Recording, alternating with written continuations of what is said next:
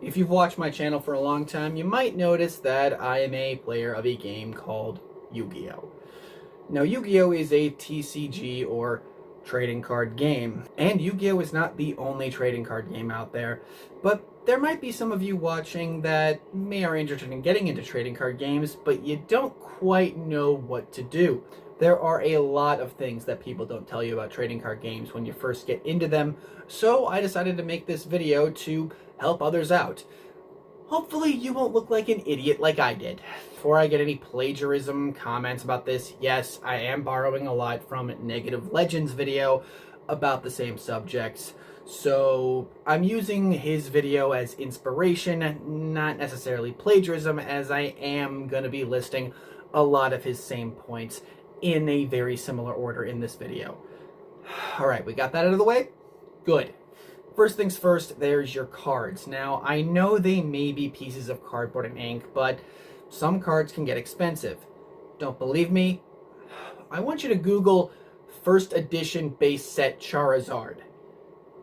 Yeah, that piece of cardboard and ink is worth almost as much as a brand new gaming computer. So it's very important to protect these things. And that brings me to my second point, card sleeves. Now, card sleeves are important because they help protect your cards while playing. Without using card sleeves, your cards will get damaged while playing with them. So, in short, get some. Even if they're worth just as much as those knockoff action figures you find at the dollar store. Also, card sleeves help protect more rare cards and maintain their value, so they'll probably be worth a lot of money in the future. And as Negative Legend mentioned in a comment to his video, there are two card sleeve sizes, standard and small. Small size is for Yu-Gi-Oh!, which is the card game I play, and also I think Vanguard Card Fight. And standard size is for basically everything else. Magic the Gathering, Pokemon, One Piece, Digimon, you name it. And it's a good thing he told me, because when I first got into Yu-Gi-Oh! And I wanted to help protect my cards, I got standard size cards, but Yu-Gi-Oh! Cards require small size cards, so thanks for that, Negative Legend.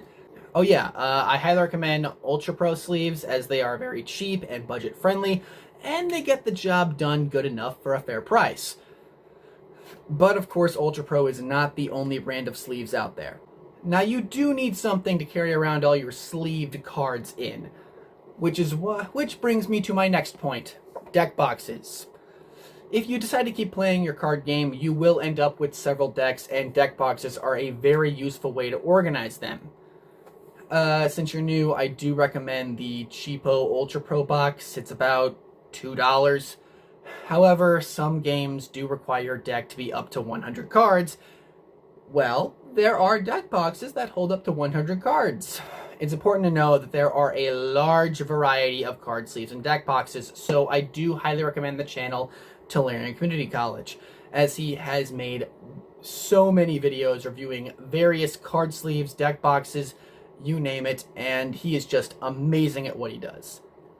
Now, you also will need something to put your sleeved cards on when playing, which brings me to my next point, Playmats. Now, Playmats help keep your sleeved cards from getting dirty when playing with them, because you don't know the last time that table has been dusted.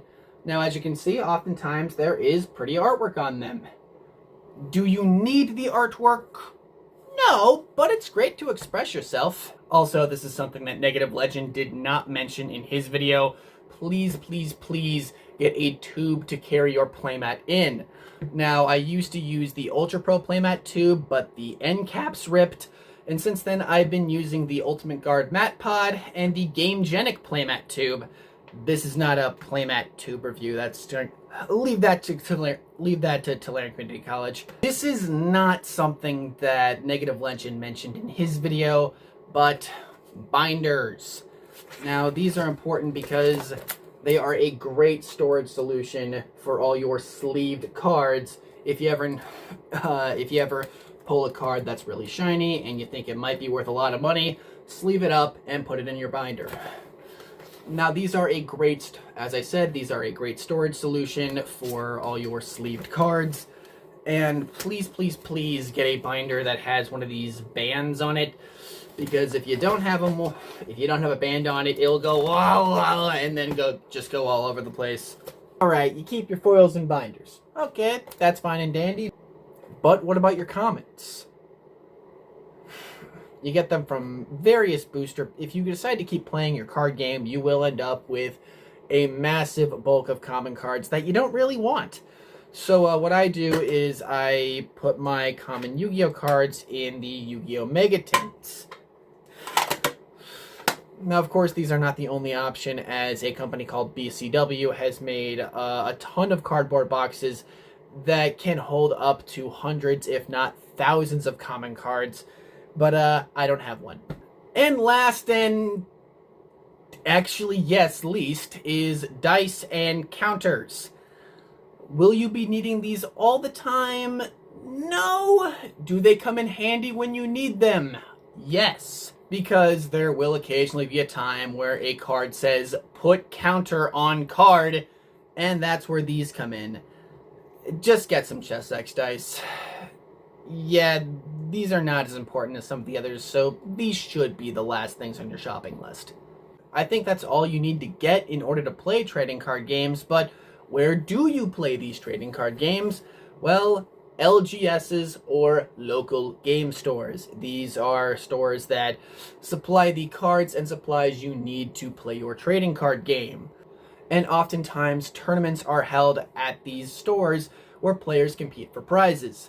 I think that's pretty much all you need to know. And hopefully, I hope you found this video guide very helpful if you want to get into trading card games. Make sure you like, comment, and subscribe. And of course, as always, until next time, see ya.